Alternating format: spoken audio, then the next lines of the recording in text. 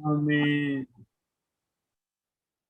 Baik, shalom, selamat malam. Shalom. Kabar semuanya. Luar biasa, Luar puji biasa Tuhan. bersama Yesus. Luar biasa Tuhan Yesus dan kita pun anak-anaknya, hamba-hambanya luar biasa. Karena Tuhan kita Yesus adalah Tuhan yang luar biasa. Baik, Amin. dalam kesempatan ini di KTB Kelompokku Bersama, hari ini topiknya yaitu memiliki karakter Kristus, memiliki karakter Kristus yang dapat diteladani dalam hal karakter itu adalah Kristus, bahkan sempurna, ya sangat sempurna. Teladan yang terbaik berhubungan dengan tentang karakter itu tentu adalah karakter Kristus. Ya, kita bisa meneladani sesama kita, ya itu mungkin orang tua kita, teman kita, saudara kita, itu baik adanya. Tapi lebih lagi kalau kita belajar ya meneladani karakter Kristus. Karena Tuhan menghendaki setiap kita, anak-anaknya, umatnya, hambanya, supaya memiliki karakter seperti karakter Kristus, ya karakter Kristus. Sebelum dilanjutkan firman Tuhan ini kita baca dulu satu nas firman ya di dalam kitab Kolose. Kolose pasal yang ketiga. Kolose pasal yang ketiga ayat yang ke-16. Ayat yang ke-16. Dikatakan demikian, silakan dibuka semuanya. Kolose 3:16 sudah ketemu ya? Yo, baca bersama-sama. Amin. Yo, kita baca bersama-sama dengan bersuara dengan yang di mana ini di aula asrama. 2, 3 ya. Hendaklah perkataan Kristus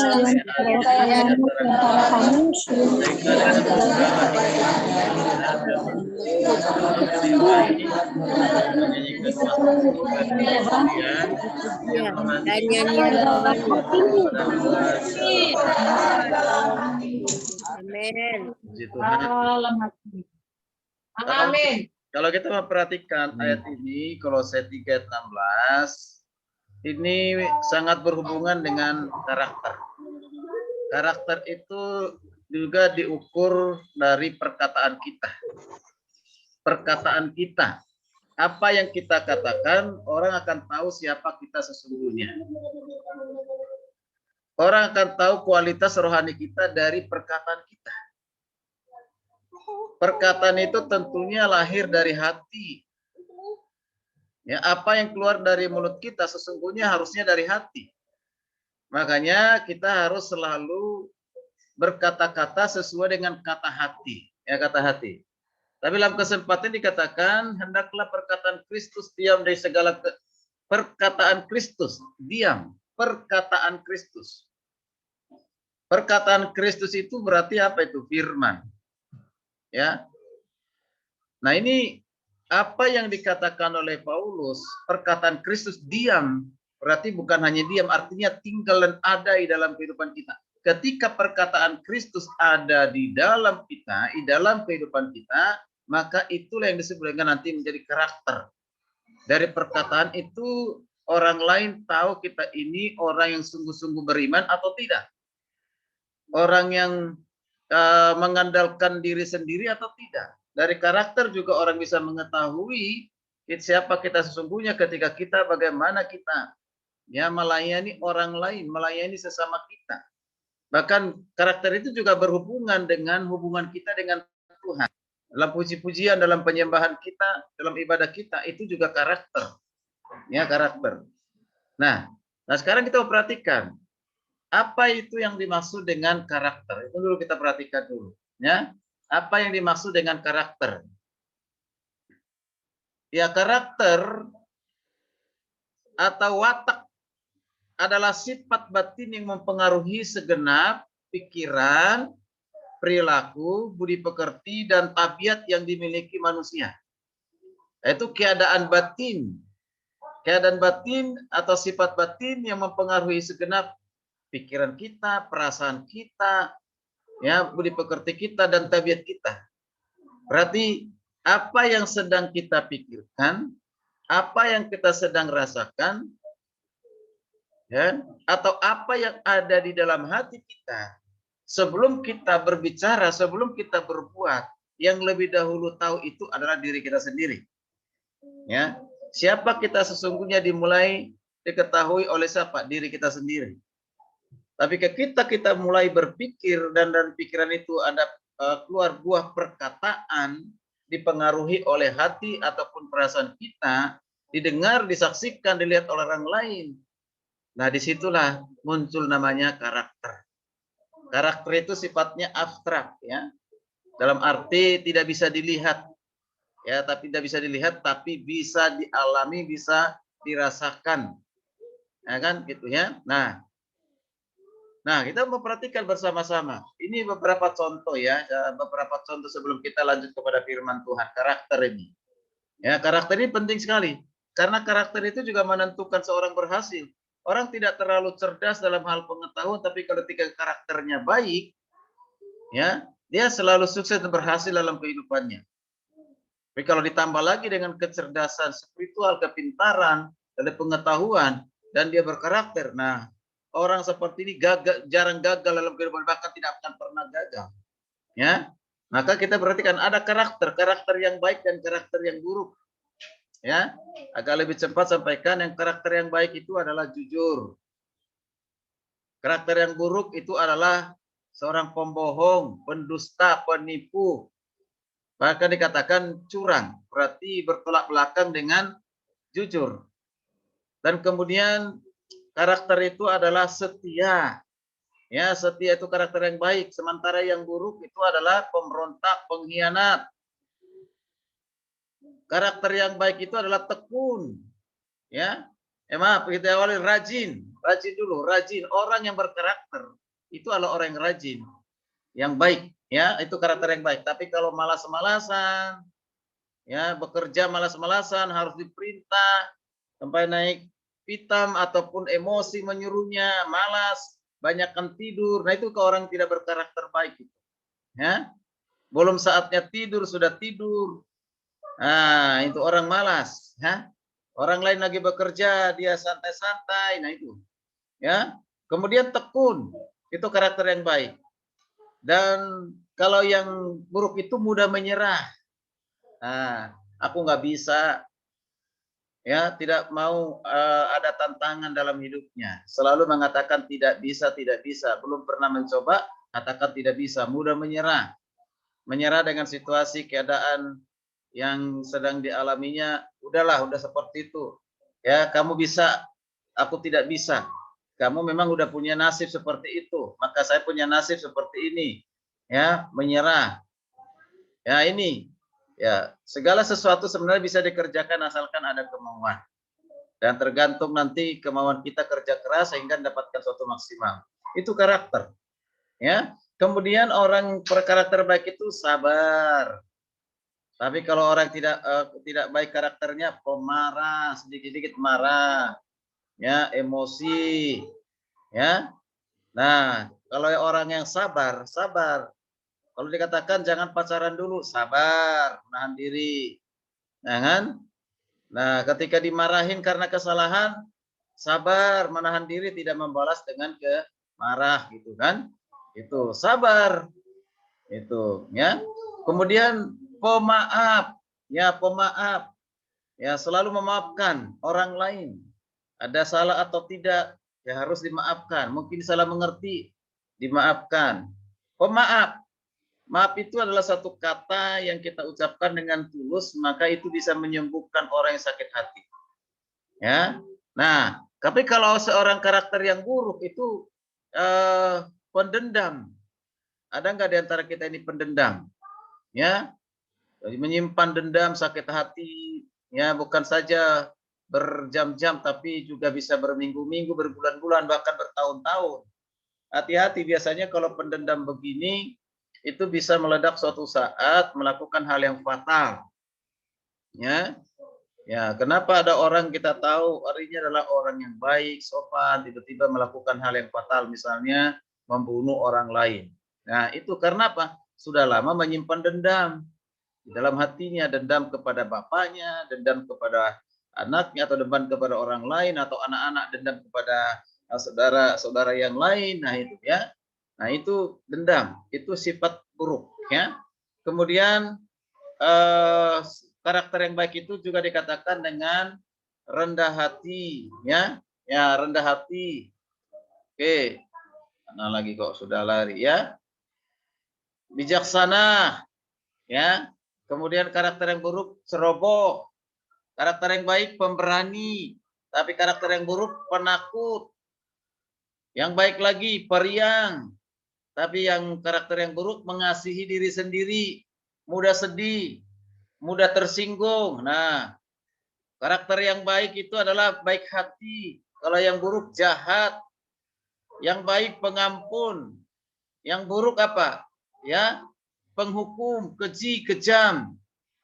Ya, yang baik itu apa? Berbelas kasihan, suka memberi. Tapi kalau orang yang karakter buruk, pelit, kikir, ya kikir. Ya, tinggal saudara di antara ini kita ada di mana ya? Orang yang baik itu selalu bersyukur, tapi karakter yang buruk itu selalu mengeluh, bersungut-sungut, tidak puas dengan apa yang dia terima dalam hidupnya. Karakter yang baik itu bermurah hati, suka memberi, sementara karakter yang buruk itu serakah. Karakter yang baik itu berkata-kata ya dengan santun. Ya dengan santun. Dan yang buruk itu berkata-kata dengan perkataan yang kotor. Nah, itulah ya contoh karakter yang baik dengan karakter yang buruk, ya yang buruk. Nah, sekarang bagaimana supaya karakter itu terbentuk? Bagaimana supaya karakter kita terbentuk? Yaitu karakter seperti karakter Kristus. Nah, tadi dikatakan bahwa karakter itu adalah keadaan batin, sifat dari batin yang mempengaruhi pikiran, perasaan, dan kemauan kita. Ya, maka sekarang bagaimana supaya karakter kita terbentuk? Karakter itu dibentuk dari mana? Kebiasaan yang disebut dengan habits, ya, atau habits, atau kebiasaan dibentuk oleh apa? Tindakan, ya, tindakan. Kemudian tindakan itu dibentuk oleh perkataan, ya, dan perkataan itu dibentuk oleh buah dari pemikiran kita. Ini tadi yang saya katakan, ya. Dan dari pemikiran itu timbullah hasrat ataupun suatu keinginan. Jadi keinginan-keinginan kita itu tidak ada yang spontan, itu sudah diproses dari kebiasaan kita, ya, sehingga kita bisa bertindak. Dari tindakan itu muncullah perkataan, dari perkataan itu ini ada pemikiran, dari pemikiran itu ya menghasilkan buah, ya, buah pemikiran dan melanjutkan dengan keinginan, ya, itu. Jadi semuanya proses, ya, proses. Oke. Nah, sekarang mengapa kita harus memiliki karakter Kristus? Tadi katakan memiliki karakter Kristus. Mengapa kita semuanya harus memiliki karakter Kristus? Oke. Nah, ini kan KTB, kelompok tuh bersama. Jadi bukan hanya seperti khotbah hari Minggu, ya. Ya, bisa kita nanti share, ya, berbagi satu sama lain. Ada beberapa alasan mengapa kita harus memiliki karakter Kristus. Yang pertama, orang yang sudah tinggal di dalam Kristus atau Tuhan sudah tinggal dalam kita. Siapa itu adalah dikatakan adalah Tuhan Yesus yang adalah pokok anggur yang benar. Ya, pokok anggur yang benar. Kita ini dikatakan adalah ranting-rantingnya ataupun kita ini adalah umatnya, jemaatnya, anak-anaknya, ya, anak-anaknya. Nah, orang yang sudah tinggal di dalam Kristus seharusnya memiliki karakter Kristus. Kalau dikatakan tinggallah di dalam aku, di luar aku kamu tidak dapat berbuat apa-apa. Tinggal di dalam Kristus itu berhubungan sekali dengan apa? Bukan saja tentang keselamatan, bukan saja tentang iman, tetapi juga itu sangat berkaitan dengan karakter. Mengapa dikatakan kita harus melekat kepada Kristus? harus tinggal di dalam Kristus. Supaya karakter Kristus itu menyatu dengan hati kita, menyatu dengan hidup kita, menyatu dengan pikiran kita, menyatu dengan perasaan kita, menyatu dengan tindakan kita. Kalau kita melekat kepada Kristus, makanya harusnya berbeda orang yang tidak memiliki Kristus dalam kehidupannya dengan orang yang sudah memiliki Kristus. Maka yang bertahta dalam kehidupan kita itu adalah siapa? Bukan lagi diri sendiri, bukan lagi dunia, bukan lagi setan, tetapi yang bertahta dalam kehidupan kita adalah Kristus. Mengapa? Karena Kristus telah tinggal di dalam kehidupan kita, bukan lagi di luar kehidupan kita. Kalau bisa ingat itu dari 4 hukum rohani dari LPMI ya, dalam penginjilan ataupun buku BLD bimbingan lanjutan dasar yang ketiga 2 dan 3 ya. Itu ada di situ ya, menggambarkan tiga golongan manusia ya. Di dalam lingkaran ada kursi, ada titik-titik ya. Kalau kursi itu menjambalkan suatu tahta, titik-titik itu berarti kehidupan, bentuk lingkaran itu adalah kehidupan, lingkaran kehidupan. Lalu ada lagi salib, ya kan, salib. Ya, ada salib di luar lingkaran, di dalam lingkaran itu adalah bentuk kursi, dan si A itu adalah aku, A itu berarti ada di atas kursi, di atas tahta. Berarti orang ini gambaran yang berarti hidupnya di luar kehidupannya yang bertahta siapa? Kristus. Sedangkan ya, diri sendiri, ya diri sendiri. Sekali lagi saya ulang, itu gambaran yang menunjukkan bahwa ya diri sendiri atau egonya yang berkuasa, sedangkan Kristus di luar kehidupannya. Nah inilah disebut dengan orang duniawi, orang yang tidak percaya kepada Kristus. Lalu gambaran yang kedua dengan lingkaran yang sama, ya ada kursi, lalu ada salib di atas, ada salib di kursinya, lalu si akunya di bawah kursi. Ya, artinya apa ini? Si Kristus yang berkuasa dalam kehidupannya, sedangkan egonya diri sendiri ya dikuasai oleh Kristus, sehingga menghasilkan namanya buah-buah pertobatan karena Kristus menguasai kehidupannya. Ada titik-titik itu teratur, ya keteraturan. Senang beribadah, senang memuji Tuhan, senang melayani, memberikan pelayanan yang terbaik, tidak mudah sakit hati, tidak dendam, tidak pemarah, dan yang lain sebagainya. Karena Kristus ada di dalam hatinya, bukan lagi dikuasai oleh kedagingan. Itu gambaran yang kedua, yaitu Kristus di dalam kehidupannya, menguasai kehidupannya. Lalu gambaran yang ketiga, tetap lingkaran, ada bentuk kursi. Nah, kalau tadi ya Kristus di luar, ini tetap ada di dalam. Ya, ada tetap di dalam. Nah, si akunya ada di dalam tapi ada di atas kursi. Nah, salibnya tetap di dalam lingkaran tapi di bawah kursi. Artinya apa? Ya, dia orang Kristen. Tapi orang Kristen duniawi. Kalau ditanya percaya Yesus nggak percaya. Kamu orang Kristen nggak? Iya. Tapi kehidupannya tidak mencerminkan seperti Kristus, tidak punya karakter seperti Kristus.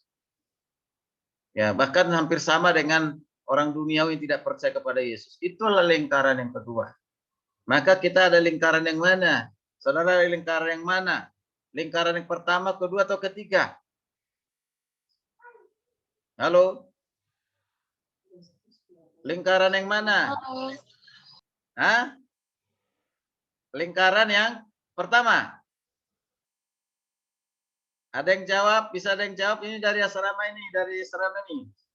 Kelompoknya Hosiana. Ada lingkaran yang mana? Atau maunya lingkaran yang mana? Kalau maunya berarti belum berarti. Ya kan? Tentunya semua kita harus ada di lingkaran yang kedua. Ya. Karena apa? Karena Kristus telah tinggal dalam kehidupan kita. Lalu yang kedua,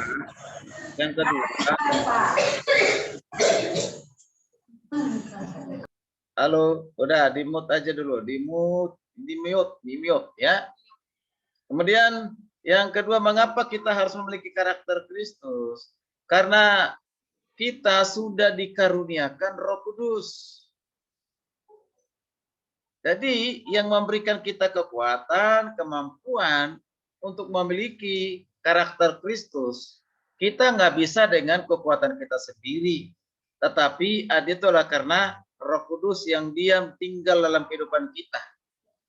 Ya kan? Kan udah tahu ya, ketika kita percaya, terima Tuhan sebagai juru selamat, ada Roh Kudus dikaruniakan tinggal dalam kehidupan kita. Roh Kudus inilah yang membentuk karakter kita. Karakter dari mana? Ya, karakter karena kebenaran, kita ditolong untuk mengerti, memahami. Roh Kudus, ya Roh Kudus. Ya, tanpa Roh Kudus tidak mungkin seseorang bisa memiliki karakter seperti Kristus. Yang lagi ya, tanpa Roh Kudus tidak akan pernah mungkin seseorang bisa memiliki karakter seperti Kristus. Mungkin baik ada, suka menolong ada, tapi semua dilakukan itu ya tentunya dengan motivasi ingin mendapatkan balasan, ya, berbuat baik untuk mendapatkan kebaikan. Nah, ya itu. Tapi kalau karakter Kristus yang dipimpin oleh Roh Kudus tidak demikian. Siapa yang bisa mampu berbuat baik kepada orang jahat? Siapa yang bisa mampu mengampuni orang yang berbuat jahat, yang benci kita, yang fitnah kita, menggosipkan kita? Siapa yang mampu mengampuni mereka, mengasihi mereka?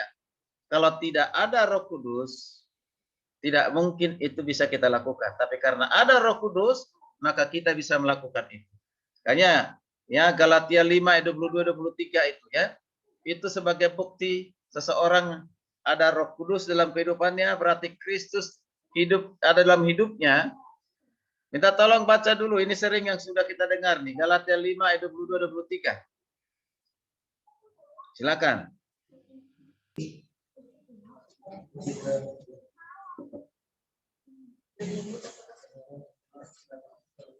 Satu orang. Galatia 5 ayat 22. Beginilah firman Tuhan. Tetapi buah roh ialah kasih, sukacita, damai sejahtera, kesabaran, kemurahan, kebaikan, kesetiaan. Ya, itulah. Sampai di situ aja dulu. Itulah yang disebut dengan karakter ya. Ya, karakter. Pertama tadi apa? Kasih. Kedua apa? Sukacita. Yang berikut? Sukacita. Yang berikut damai. Damai sejahtera. Kesabaran. Apalagi? Kemurahan. Terus kebaikan. Kebajikan. Kesetiaan. Nah, Penguasaan diri. Apa? Penguasaan diri. Penguasaan diri. Nah, itu orang yang suka menguasai diri dan yang lain sebagainya. Itulah karakter. Ada nggak itu di dalam kita? Ada nggak itu di dalam kita? Nah itu, kalau itu ada di dalam kita, kita akan disenangi oleh Tuhan dan disenangi oleh sesama, dirindukan oleh sesama. Nah kan kalau itu ada di dalam kita, itu menunjukkan kita sudah dewasa rohani, sudah dewasa di dalam Kristus. Kenapa itu? Karena itu karakter. Ya, itu karakter. Nah, ini sudah sering kita dengar tentunya itu ya kasih, sukacita, damai sejahtera dan yang lain sebagainya. Sudah sering kita dengar. Sekarang ada nggak dalam kehidupan kita yang disaksikan, dilihat oleh orang lain, gitu ya? Nah itu. Jadi ini yang disebut dengan karakter itu oleh Rasul Paulus ya. Kemudian dikatakan kita adalah bait Roh Kudus. Ya. Ketika kita sudah percaya kepada Kristus, maka Roh Kudus berdiam dalam hidup kita, maka hati ini, hidup ini adalah milik Tuhan. Mengapa milik Tuhan? Karena Roh Kudus yang sudah dimateraikan dalam kehidupan kita, menyatu dalam kehidupan kita. Nah, jadi Roh Kudus ini yang buat kita, tubuh kita ini menjadi miliknya Tuhan, bukan lagi miliknya diri sendiri. Ya. Oke, nah ini, kita ini lebih Roh Kudus, maka harus berkarakter. Ya, harus berkarakter. Ya, nah ini yang tahu saudara berkarakter atau tidak dimulai dari diri sendiri dan orang-orang sekitarmu. Orang-orang sekitarmu di asrama, di sekolah, di keluarga, ya punya karakter baik atau tidak. Ya, itu ya. Nah, ini penting sekali. Oke, kita bisa lanjutkan ya, kita lanjutkan. 1 Korintus 6 ayat 19 20. 1 Korintus 6 ayat 19 20. Saya akan membaca, bisa yang lain buka dalam Alkitabnya. Ya, dikatakan demikian. Atau tidak tahukah kamu bahwa tubuhmu adalah bait Roh Kudus yang diam di dalam kamu. Roh Kudus diam dalam kita. Roh Kudus yang kamu peroleh dari siapa? Dari Allah. Dan bahwa kamu bukan milik kamu sendiri. Nah, kita bukan lagi milik diri kita sendiri. Sebab kamu telah dibeli dan harganya lunas dibayar. Luar biasa. Kita dibeli oleh Kristus, ya. Dan lunas dibayar dengan cara apa? Dengan darahnya. Nah, maka dikatakan karena itu muliakanlah Allah dengan tubuhmu. Muliakanlah Allah dengan karaktermu. Muliakanlah Allah dengan sifatmu, sikapmu, pikiranmu, perasaanmu, tindakanmu. Ya. Nah, itu.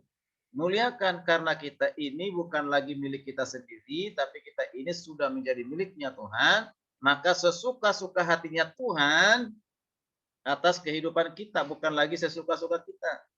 Seringkali kita membuat ya ungkapan suka-sukamu Tuhan.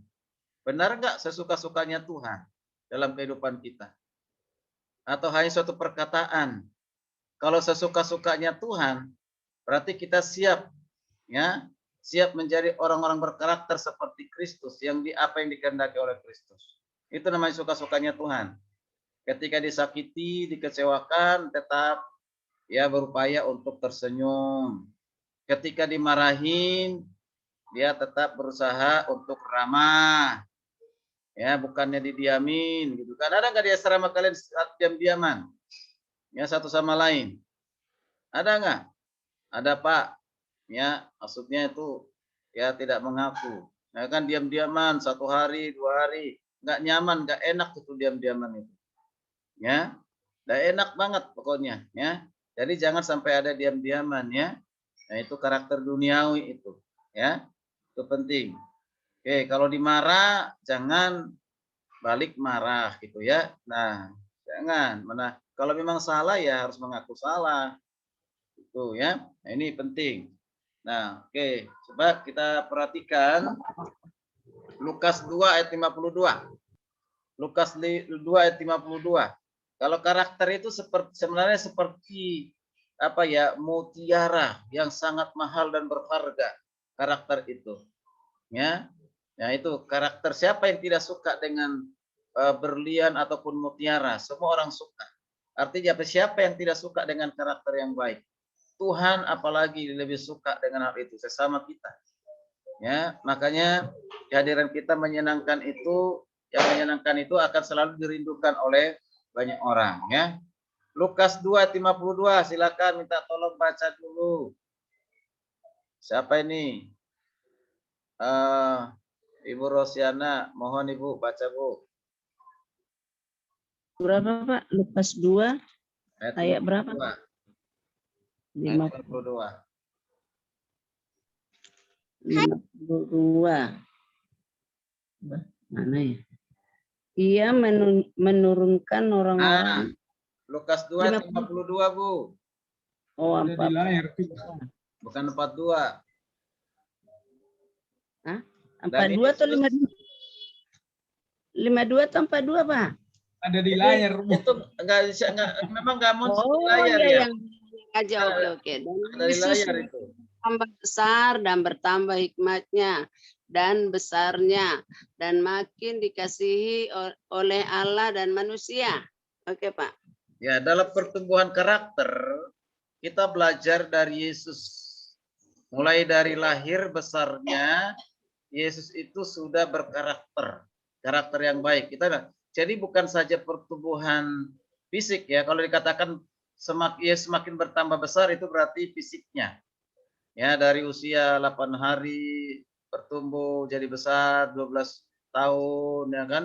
Nah, seterusnya. Ya, seterusnya itu fisik makin besar. Kemudian bertambah hikmatnya berarti itu mentalnya, ya. Kemudian bertambah besarnya, ya, hikmatnya. Kemudian dikatakan makin dikasihi oleh Allah, dikasihi oleh Bapaknya, bahkan dikasihi oleh manusia. Mengapa dikasihi oleh Allah, dikasihi oleh manusia? Karena Kristus memiliki karakter yang baik, ya. Makanya orang-orang yang tidak percaya, tidak orang Kristen, maksudnya orang yang bukan Kristen, agama-agama lain, ya kagum dengan Yesus, salut dengan Yesus, tapi tidak suka dengan orang Kristen. Ya, sukanya kepada Kristus. Mengapa? Karena mereka mengetahui Kristus itu sangat baik dan kebaikannya sempurna, kasihnya sempurna. Maka ciri khas dari kekristenan itu sebenarnya apa? Kasih. Tapi banyak orang yang menemukan kasih itu tidak ada dalam kehidupan orang Kristen, bahkan mengalami namanya krisis kasih. Makanya nggak kagum dengan orang Kristen, tapi kagum kepada Kristus. Mengapa? Karena Kristus itu ya memang tidak percaya sebagai Tuhan, tapi sebagai manusia. Tapi manusia yang patut diteladani dari kehidupannya, banyak hal yang perlu dicontoh, diteladani. Ya, nah itu. Jadi itu pertumbuhan kita pun harus demikian. Ya, pertumbuhan kita satu karakter Kristus. Oke, tadi saya katakan tinggal di dalam Kristus, melekat di dalam Kristus. Sesuai dengan Yohanes 15 tadi, itu berhubungan dengan integritas. Ya, integritas. Integritas itu ya karakter. Ya. Bagaimana supaya terbentuk karakter atau integritas kita? Ada beberapa hal yang harus kita perhatikan ya. Yang pertama nanti baca Kejadian 9 ya. Tetap melakukan kebenaran meskipun di tengah-tengah yang tidak benar. Wow. Tentu ini sulit ya. Ya, melakukan kebenaran meskipun di tengah-tengah yang tidak benar. Di sekeliling kita banyak orang yang tidak suka dengan kebenaran. Kita tinggal di lingkungan orang-orang yang tidak percaya kepada Kristus, yang menolak Kristus, yang menolak kebenaran. Nah, tapi apakah kita dalam situasi seperti itu, dalam keadaan seperti di tengah-tengah orang yang tidak benar, kita hidup benar atau justru kita kompromi? Nah, ini. Tapi ketika kita berani hidup benar, meskipun di tengah-tengah orang yang tidak benar, nah itulah karakter. Itu karakter itu. Ya, tidak malu beriman kepada Yesus, tidak sembunyi-sembunyi bahwa dirinya adalah mahasiswa teologi, ya kan? Tidak berani bersaksi kepada orang lain kalau dia adalah mahasiswa teologi, sekolah pendeta, kan? Di tengah-tengah orang yang tidak benar, kan gitu ya. Ya, takut dikucilkan, takut direndahkan. Nah, ini hati-hati.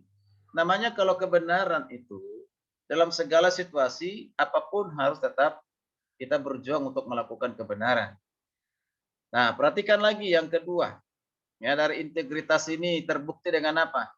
Tetap melakukan kebenaran meskipun ada kesempatan berbuat tidak benar. Di dalam kehidupan kita ini banyak peluang. Banyak kesempatan untuk tidak benar, berbuat tidak benar. Makanya dulu ada di slogan di RCTI, waspadalah. Ya, waspadalah. Mengapa dikatakan waspadalah?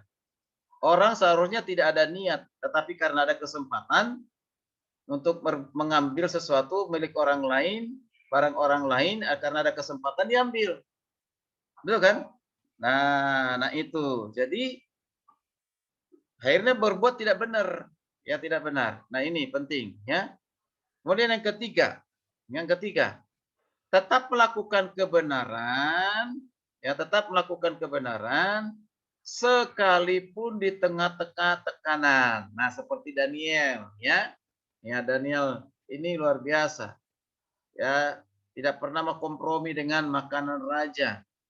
Tidak mau kompromi dengan dosa.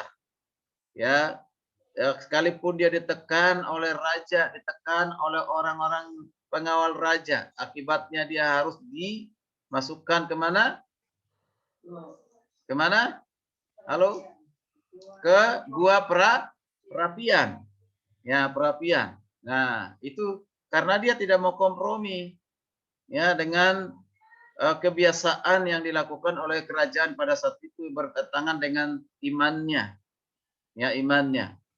Luar biasa, di bawah tekanan dia tetap mau melakukan kebenaran. Sekali hidup dalam kebenaran, maka selamanya hidup dalam kebenaran. Apapun taruhannya, apapun tekanannya.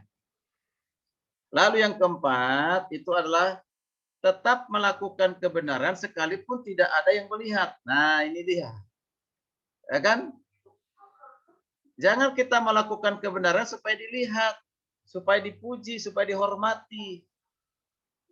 Nah, ketika tidak dilihat, kita nggak melakukannya. Bekerja rajin banget, karena dilihat. Kelihatannya rajin banget, karena lihat. Tapi kalau nggak dilihat, nggak bekerja seperti itu.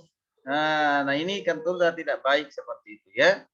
Jadi sekali lagi, sekalipun tidak dilihat oleh orang lain, tidak dilihat oleh pimpinan, tidak dilihat oleh gembala, tidak dilihat oleh kepala asrama, tetap kerjakan yang baik karena Tuhan tetap melihatmu.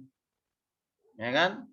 Tetap mengawasimu, lebih tahu apa yang kau lakukan daripada manusia yang terbatas untuk mengetahuinya. Ya. Nah, ini coba kita perhatikan ya, selain integritas dalam hal karakter itu adalah perhatian. Nah, ini penting sekali, perhatian. Kita belajar dari Yesus. Bagaimana Yesus memberikan perhatian. Ya, perhatian. Jadi Yesus itu bukan egois yang hanya memperhatikan diri sendiri ya. Oke, misalnya ketika Lazarus mati, kita perhatikan. Yesus juga merasakan sedih.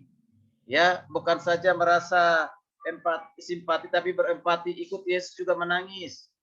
Menangis ketika Lazarus itu mati kan. Ya, sekalipun akhirnya nanti kembali ya dibangkitkan, dihidupkan oleh Yesus. Ya. Oke, berarti bisa merasakan apa yang dirasakan orang lain. Orang lain menderita, Yesus pun merasakan penderitaan itu. Kan gitu ya. Nah, kemudian perhatikan, kunci keberhasilan dalam pelayanan kita di gereja ini atau dimanapun dan kehidupan adalah bukan pada kemampuan, tetapi pada adanya perhatian. Dan perhatian hal-hal yang kecil. Seringkali saya dari bawah sampai naik ke atas itu jalan kaki, memang harus jalan kaki ya, kalau di tangga memang bisa naik motor. Jalan kaki, saya perhatikan itu suka ada sampah, padahal baru lewat ada mahasiswa, baru lewat pemuda. Hari ini apa nggak dilihat ya, kok nggak diambil? Nah, mungkin dia berpikir, itu bukan tugas saya. Ya kan gitu ya. Nah, itu bukan tugas saya. Itu tugasnya si A, si B. Tapi kalau orang berkarakter, itu tugasnya atau tidak langsung diambil, taruh di sampah. Kalau Allah dilihat kotor, dia langsung bersihkan sekalipun itu bukan tugasnya. Tapi kalau dibiarkan, itu bukan orang berkarakter. Misalnya ada air di situ. Coba kalau misalnya ada air di tangga itu terpeleset orang, padahal kita udah tahu itu ada air. Mungkin kita karena masa bersalah, kenapa tadi saya kan sudah tahu di situ ada air. Air ini terpeleset itu, kenapa saya tadi nggak bersihkan ya, nggak lap ya. Ya kan? Menyesal setelah kejadian. Nah itu dia. Ya. Nah, jadi sekali lagi sama seperti tadi, perhatian yang kecil seperti itu pun sangat bermanfaat. Ya. Makanya kalau ada baru ngepel, selalu katakan, awas, jangan lewat dulu, jangan jalan dulu, nanti kamu terpeleset, nanti kamu jatuh. Nah, itu perhatian. Ya, perhatian. Kamu diam di tempat dulu. Mengapa? Karena kita jangan sampai dia jatuh. Itu hal yang kecil loh, tapi itu bisa saja berdampak yang besar. Ya, bagi orang yang kita nasihati, kita ingatkan ya. Oke. Kemudian semua orang senang diperhatikan. Tuh. Semua orang ingin diperhatikan. Ya, diperhatikan. Maka kita harus memberikan perhatian. Tapi jangan juga maunya hanya diperhatikan tapi tidak mau memperhatikan. Itu egois namanya. Ya, egois. Siapapun itu senang untuk diperhatikan, senang untuk diperhatikan. Tapi jangan lupa kita pun harus memberikan perhatian kepada orang lain. Roma 12 ayat 15 dikatakan apa?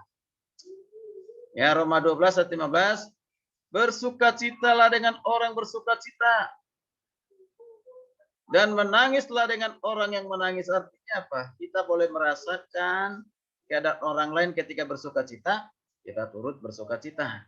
Ketika orang lain menangis, mungkin dia menderita, kita juga bisa merasakan apa yang dirasakan. Sehingga ada suatu rasa empati ya, kesat penyatuan dengan sehingga senang gitu. Oh iya, ini buat kita peka dan akhirnya mungkin kita akan bisa mengambil bagian untuk mendoakannya, ya, mendoakannya. Nah itu. Kemudian kita perhatikan yang ketiga, karakter dari Kristus yang kita contoh. Selain Yesus memberikan perhatian dari hal-hal yang kecil, ya, yang dilakukan oleh Yesus itu adalah apa?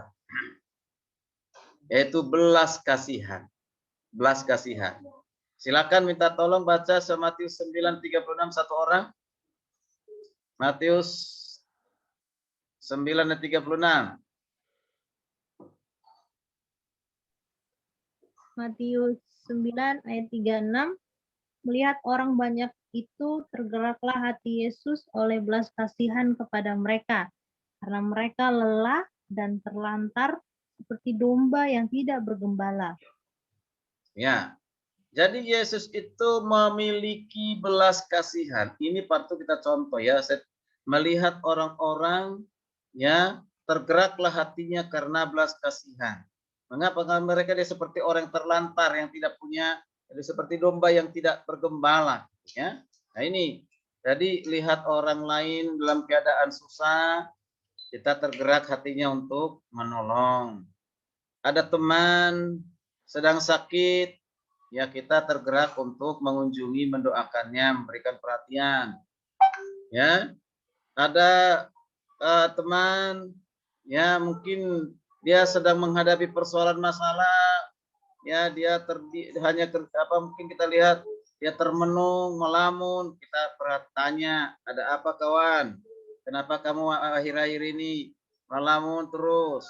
Ya, sepertinya kamu ada masalah. Kita peduli. Ya kan? Ya, gitu. Nah, itu ada punya belas kasihan. Nah, belas kasihan itu bisa kita terjemahkan dengan banyak hal. Ya. Jadi miliki belas kasihan, bukan belas kasihan kepada dirimu sendiri, kepada orang lain sesama. Belas kasihan misalnya kita perhatikan, ada seorang namanya Bartimeus yang buta, disembuhkan oleh Tuhan. Kalau kita baca ayat ini seolah-olah Tuhan tidak berencana untuk menyembuhkan orang Bartimeus ini. Karena dalam satu perjalanan misi pelayanan bersama dengan murid-muridnya, bersama dengan rombongan. Tapi di tengah jalan menemukan nama Bartimeus. Yesus langsung spontan menolongnya. Ya, menolongnya, menyembuhkannya, menyelamatkannya. Itu luar biasa. Kenapa? Belas kasihan dari Kristus. Tuh kan? Ada yang kalian lihat orang buta sedang berjalan di jalan raya, ya spontan ditolong kalau dia mau menyeberang sekalipun dia punya tongkat, ya kan Pak, mau ditolong nggak menyeberang, lakukan, ya. Ada nenek-nenek mungkin berjalan tertati-tati, kebingungan, nah harus ditolong, itu. Ada orang tanya alamat, kita tahu tempatnya di mana, beritahu. Nah, itu. Berbelas kasihan itu banyak hal yang bisa kita lakukan, ya. Oke, nah itu. Lalu yang keempat, yang terakhir kita perhatikan, yang keempat. Nah, ini yang susah ini kadang dilakukan ya. Yaitu apa? Pengorbanan. Orang yang punya karakter yang baik itu sangat berhubungan dengan pengorbanan. Yesus contoh dalam hal pengorbanan. Yang Tuhan Yesus memberikan seluruh hidupnya bagi saudara dan saya, bagi manusia. Ya, itulah yang dilakukan oleh Tuhan Yesus, itu pengorbanan. Yesus memberikan yang terbaik apa? Yaitu nyawanya. Tuhan tidak menuntut nyawa kepada kita ya. Nyawanya, nyawa itu berarti di situ itu kehidupan. Berarti itu darah, ya kan? Di dalam darah itu ada kehidupan. Nyawanya, berarti seluruh hidupnya diberikan kepada saudara dan saya. Itulah namanya pengorbanan, tidak hitung-hitungan. Ya, tidak hitung-hitungan, tapi memberi yang terbaik, yang sempurna. Sesungguhnya kita pun haruslah demikian di dalam pelayanan, apalagi membutuhkan apa? Membutuhkan namanya pengorbanan. Ya, pengorbanan apa saja? Harta, tenaga, pikiran, perasaan, dan juga waktu. Ya, waktu. Seringkali yang saya perhatikan di kita ini sulit untuk mengorbankan waktunya. Masih waktu-waktu itu masih lebih banyak digunakan untuk kesibukan, ya, kesibukan pribadinya, sehingga kurang berikan perhatian untuk waktu untuk melayani. Ya. Kemudian tenaga, jangan pernah hitung-hitungan dengan tenaga. Masih utuh kaki, tangan, bekerjalah. Ya, gunakan tangan kaki kita ini untuk bekerja, untuk bermanfaat bagi banyak orang. Ya. Nah, itu. Kemudian ada perasaan. Sebenarnya yang paling susah untuk dikorbankan itu biasanya apa? Perasaan. Ya, perasaan. Ya, di mana kok susahnya, sulitnya? Misalnya contoh ini, contoh. Jika Angel misalnya disakiti oleh seseorang, ya kan? Disakiti oleh seseorang, tidak sesuai dengan yang kamu harapkan, kamu kecewa, nah, kan gitu ya, kecewa, kan? Nah, bisa nggak mengatasi rasa kekecewaan itu sehingga berganti dengan sukacita, dengan damai sejahtera? Itu, ya kan, sekalipun dalam keadaan disakiti, dikecewakan, tidak sesuai dengan harapan, bisa nggak? Mampu nggak menahan diri untuk tidak melakukan hal yang sama? Nah, itu perasaan, korban perasaan itu yang paling susah itu. Itu akan bisa tercermin dari mana? Dari mimiknya, dari wajahnya, dari ekspresinya. Ya kan? Ya, ekspresinya. Yang susah senyum, senyumnya pura-pura, ketawanya dipaksa. Nah itu. Nah itu bisa kelihatan kok. Nggak usah ngomong, tapi bisa kita lihat. Karena kita sudah saling mengenal satu sama lain. Bisa melihat. Maweni bisa udah tahu itu semua, wajah-wajahnya anak-anak di asrama, sudah pasti tahu kapan dia orang bergembira, bersukacita, bersedih, ya kan, punya masalah. Dilihat dari, nggak usah ditanya, dilihat aja dari ekspresi wajahnya, pasti udah tahu. Kamu lagi ngapain kamu ini? Ada masalah apa? Nah, udah tahu, ya kan? Bisa nggak, mampu nggak untuk mengorbankan perasaan kita, menahan perasaan kita supaya jangan balik menyakiti orang lain, marahin orang lain. Itulah kedewasaan, hebat itu. Ya, hebat. Kita belajar, semuanya belajar. Nah, inilah yang disebut dengan karakter Kristus. Kita harus memiliki itu. Ada 4 hal tadi. Masih ingat yang pertama apa? Halo? Yang pertama apa? Kok nggak ada suara? Yang pertama apa? Yang pertama apa? Ya. Integritas. Integritas. Ya, ada Pak siapa itu? Pak Prakoso. Luar biasa. Berikutnya. Perhatian. Perhatian. Nah, terus Belas kasihan. Belas kasihan. Kasihan. Ya, belas kasihan. Terus Pengorbanan. pengorbanan. Ya, pengorbanan. Ya, ini yang saya sampaikan malam hari ini. Mari kita belajar, ya, berkarakter seperti karakter Kristus. Itulah semua yang dilakukan oleh Tuhan Yesus. Maka dikatakan itulah yang disebut dengan kedewasaan penuh, kedewasaan rohani. Sudah saatnya kita menjadi orang dewasa, ya, berumur belum tentu dewasa secara rohani. Tuh ya. Nah, ini jadi orang dewasa. Baik, kalau ada yang mau ditambahkan, mau di-share, silakan. Prakoso mau nambah, silakan. Ada?